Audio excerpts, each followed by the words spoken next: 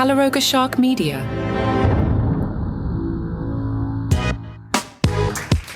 I kind of feel bad for Jo Koy. Hi, I'm Johnny Mag with your daily comedy news. Jo Koy's performance at the Golden Globes is just getting destroyed. And I'm wondering, did Taylor Swift murder Jo Koy's career? Listen to this joke. I don't think this joke is that bad. As you know, we came on after a football doubleheader. The big difference between the Golden Globes and the NFL, on the Golden Globes, we have fewer camera shots of Taylor Swift. I swear. There's just more to go to here. Taylor stared him down and drank champagne. That became an internet meme. And I'm wondering, if Taylor smiles at that joke or even laughs, then the room probably smiles and laughs, and we're fine. I think Joe's material wasn't that bad, and I think the room was brutal. And I'll share some evidence of that as we go.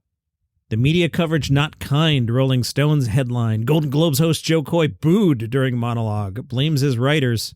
They remind us that some of the people who turned down the gig, Chris Rock, Ali Wong, and Will Arnett, Jason Bateman, and Sean Hayes as a trio. The joke that got some boos was, and I'm sure Jo Koy told it better than I will, but the joke, Oppenheimer and Barbie are competing for a cinematic box office achievement. Oppenheimer is based on a 724-page Pulitzer Prize-winning book about the Manhattan Project, and Barbie's based on a plastic doll with big boobies. He followed up with this one that just did not go over well at all.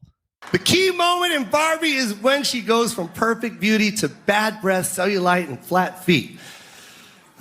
Or what casting directors call character actor.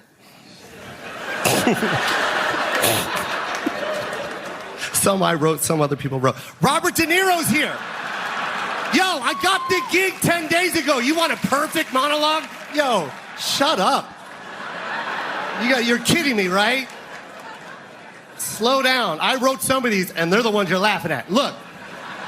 Slate went with the headline, the Golden Globes were a mess, and not in the fun, tipsy way. Joke after joke fell flat, and so many that Jo Koy was forced to acknowledge that he was bombing in the middle of his opening monologue. Reporter Nicole Sperling said she'd never seen an audience rebel against an MC so quickly. Jo Koy said the lesson he took away from Martin Scorsese's Killers of the Flower Moon was that white people stole everything. Not like 97%, you guys stole 100% of everything. You took the land, you took the oil, you took the premise of the movie. That got a mixed response from the crowd.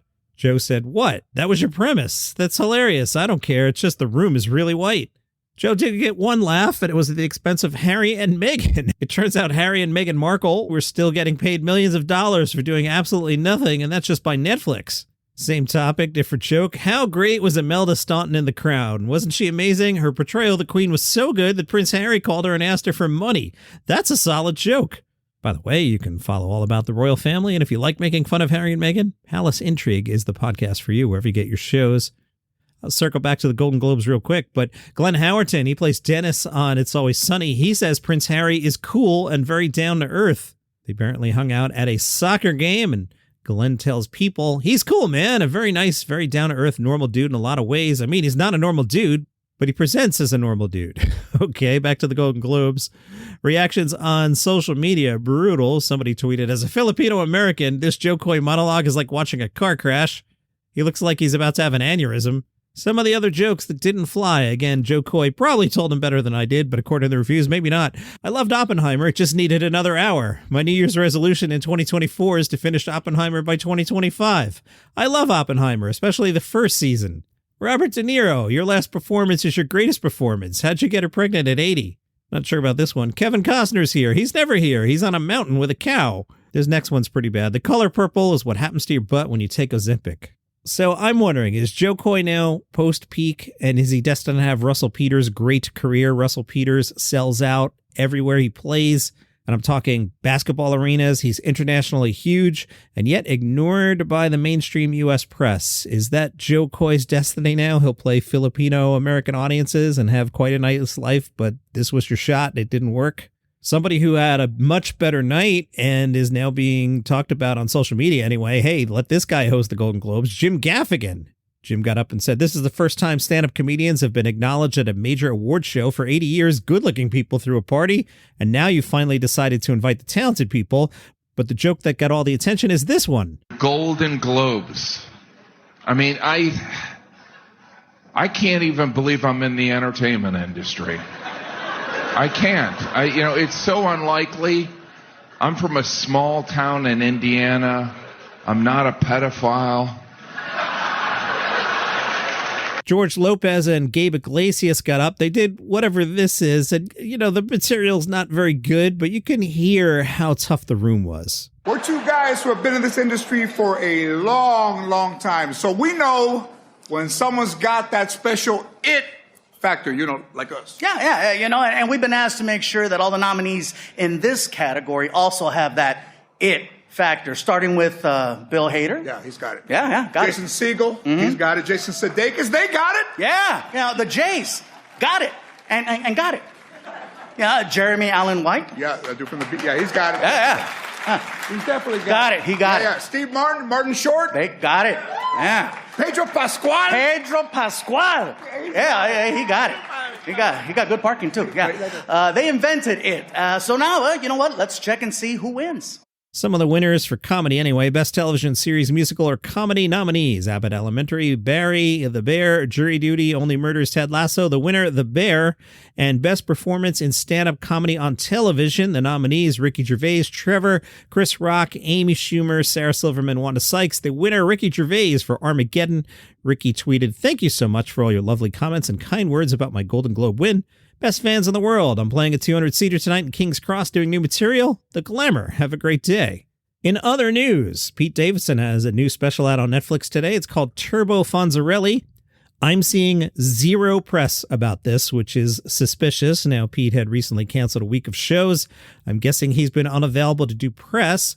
I've also been trying to figure out, did he actually perform at Foxwoods the other night? And I haven't seen that he hasn't, which makes me think he did, but nobody who attended the show has tweeted about it. There's nothing about it, so I don't know. I'll let you know when I figure it out. Remember Aaron Rodgers shot at Jimmy Kimmel from last week? Aaron plans to discuss it today on the Pat McAfee show. He was asked by reporters if he had any regrets, and he said, "I'm going to talk about it on the show. Tune in." A comedian that I've been digging a lot and playing him on the Weekly Comedy Thing, which is my show I host on the Live One app, is DJ Demers, and the Winnipeg Free Press spoke to DJ. He's willing to joke about almost anything, although it took him a while to feel at ease poking fun at his hearing loss. DJ was diagnosed with severe to profound hearing loss at age 4. He said, "I didn't necessarily want to talk about my hearing aids right away in stand-up. I didn't want it to be a gimmick or a crutch.